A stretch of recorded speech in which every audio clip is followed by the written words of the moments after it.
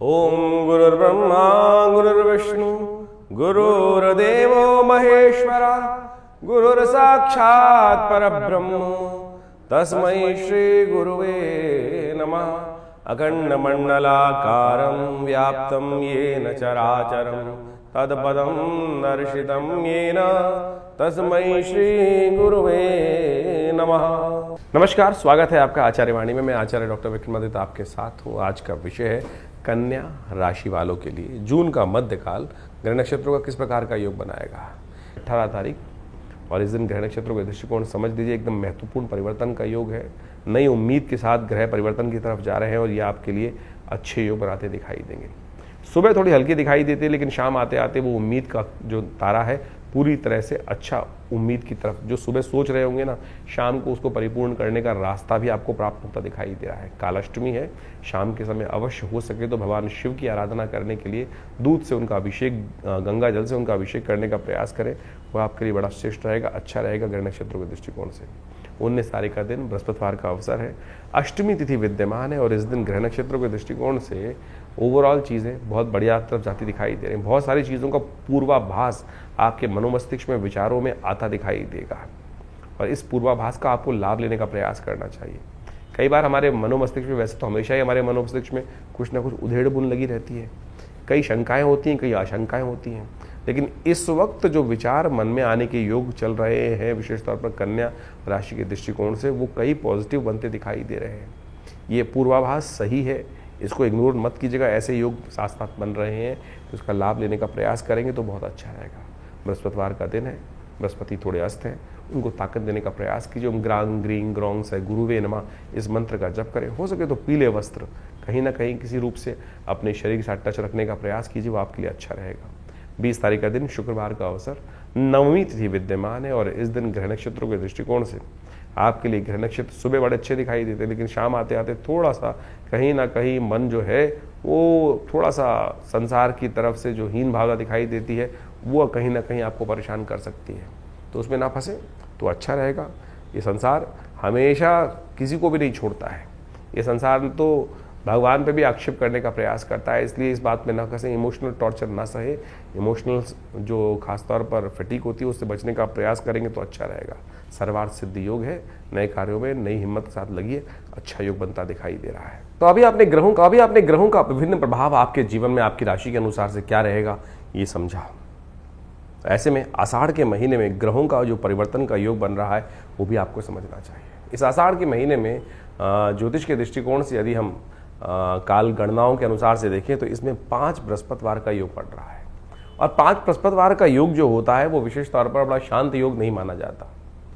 अहम की लड़ाई कई बार मैं बड़ा इस प्रकार का स्थिति बनती रहती है और इस अहम की लड़ाई में इस वक्त ग्रह योग का प्रभाव दिखाई देता है। शनि और मंगल का जिस प्रकार का प्रभाव परिवर्तन के अनुसार से बन रहा है वो युद्धकारक ग्रह बनता दिखाई दे रहा है, द्वेष का, संघर्ष का योग दिखाता है।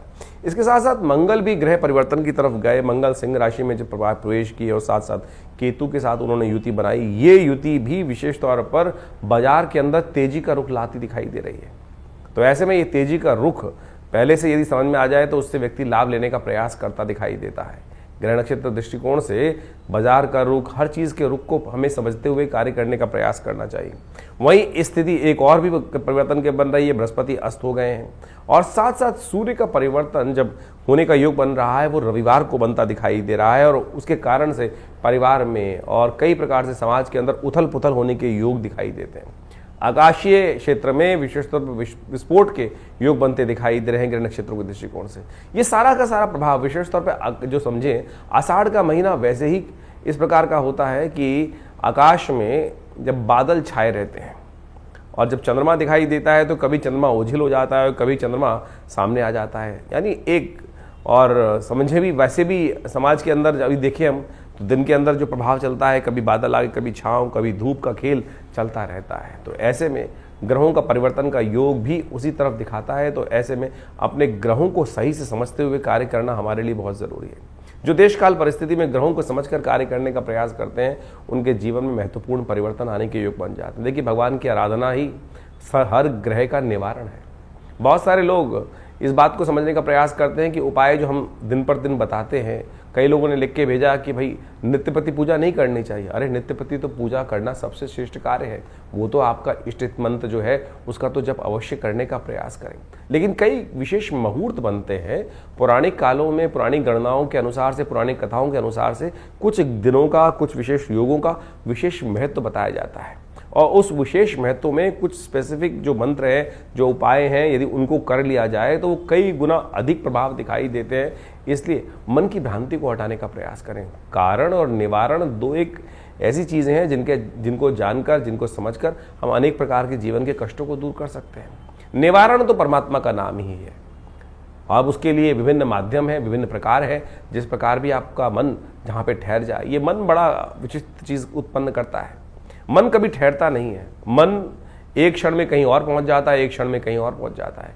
कई बार तो मन की आशंका इस प्रकार से होती है कि परमात्मा पर भी हम शंकाएं उत्पन्न कर देते हैं कि परमात्मा कार्य करेगा कि नहीं करेगा, सुनेगा कि नहीं सुनेगा। और यही शंका जो है वो हमारे कर्म का जो फल है वो हमें को प्राप्त होने से रोक देती है। तो इस बात का हमें ध्यान रखना चाहिए। परमात्मा पे पूर्ण विश्वास, जो कर्म कर रहे हैं उस पर पूर्ण विश्वास, दृढ़ विश्वास। यदि मन में दृढ़ विश्वास होगा, श्रद्धा होगी, तो आप समझें एक छोटा सा कार्य भी, हरिनाम भी आपके जीवन में समस्त कष्टों को दूर करने का योग बना देगा। कहा जाता है ना, एक घड़ी आदि से पुनियाद, तुलसी संगत साथ की हरे कोट अपराध। लेकिन वो कब होगा? जब मनसः वाचा कर्मणा तीनों रूप से देहात्म बुद्धि से रहित होकर उस परमात्मा की शरण में जाकर एक बार हरिनाम का वो स्मरण करेंगे। तब हम उस हरिनाम के स्मरण को किस प्रकार से करने का प्रयास करते हैं? जो भी कार्य कर रहे हैं, वैसे तो कहा गया है कि 24 घंटे अहर्निश उस परमात्मा का नाम लेने का हमें प्रयास करना चाहिए। लेकिन कई बार तो क्या होता है, स्थिति ऐसी होती है कि बहुत सारे अलग अलग भाव मन में चल रहे होते हैं।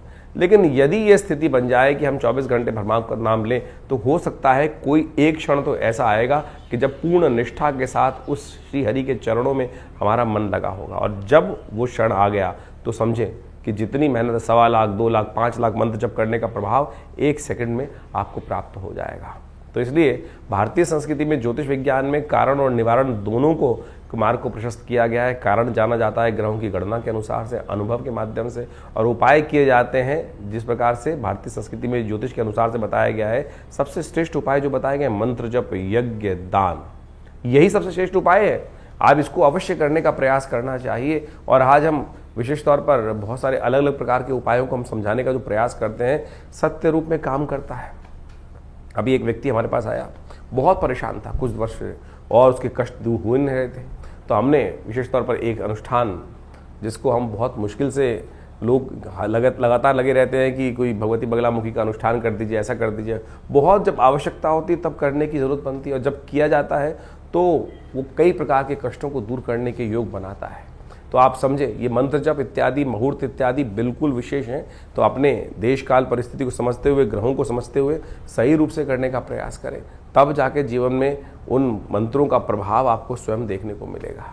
तो ये छोटे छोटे उपाय जो हमने आपके समक्ष रखे, आशा करते हैं इनको आप अपने जीवन में उतारेंगे। और शंकाओं का निवारण करने के लिए आप हमारे इस चैनल पर जाकर अपने प्रश्नों को भेज सकते हैं। हम प्रयास करेंगे उन सब प्रश्नों को व्हाट्सएप के माध्यम से जो नंबर आते हैं फ़ोन, उनको अवश्य जवाब देने का प्रयास करें। इसके अलावा पहला रविवार जो हमने विवेकानंद योगाश्रम में रखा हुआ है, वो इसीलिए रखा हुआ है यज्ञ के बाद। वैसे तो हर रविवार को बड़ा प्रोग्राम होता ही है, उसमें यज्ञ में आप ध्यान साधना इत्यादि में माँ भगवती का दर्शन करने के लिए आप आ सकते हैं। लेकिन पहले रविवार में एक प्रश्नोत्तरी का कार्यक्रम भी रखते हैं, समागम भी रखते हैं। आप वहाँ आकर अपने प्रश्नों का निवारण रविवार को सुबह 8 बजे से लेकर 10 बजे के बीच में भी आप कर सकते हैं। और हमसे मिलने के लिए कोई बहुत बड़ी जद्दोजहद नहीं करनी, आराम से आइए। विवेकानंद योगाश्रम दिल्ली में आपके तमाम प्रश्नों का जवाब भी देंगे, और बहुत सारे और भी जो मन में शंकाएं चल रही हैं अध्यात्म के प्रति, उनके सबके लिए भी बहुत सारे कार्यक्रम समय समय पर चलते रहते हैं, उनसे हम आपको अवगत कराते रहते हैं। आशा करते हैं आप विवेकानंद योगाश्रम में आकर, बहुत सारे और भी कार्य चल रहे हैं। आपकी सूचना के लिए हम बता दें, यहाँ विवेकानंद योगाश्रम में एक हॉस्पिटल है बड़ा, योगा प्राकृतिक चिकित्सा आयुर्वेद का हॉस्पिटल है, और वहाँ नित्यप्रति बहुत सारी व्यवस्थाएं भी रहती हैं। और अभी विश्व योग दिवस के अंतर्गत पूरे जमुना पार में सबसे बड़ा कार्यक्रम भारत सरकार के साथ मिलकर, आयुष मंत्रालय के साथ मिलकर किया जा रहा है, जिसमें 15,000 आदमी एक साथ मिलकर योग करेंगे 21 तारीख को। आप भी उसमें भी यमुना स्पोर्ट्स कॉम्प्लेक्स में ये कार्यक्रम रहेगा, आप उसमें भी सादर आमंत्रित हैं। सुबह 6 बजे से लेकर और करीब करीब 9 बजे तक ये कार्यक्रम रहेगा जमुना पार में, यमुना स्पोर्ट्स कॉम्प्लेक्स में। उसमें भी आप आकर हमारे साथ पूरा स्वस्थ भारत के निर्माण के लिए सुंदर योग का कार्यक्रम में भाग ले सकते हैं। धन्यवाद, नमस्कार।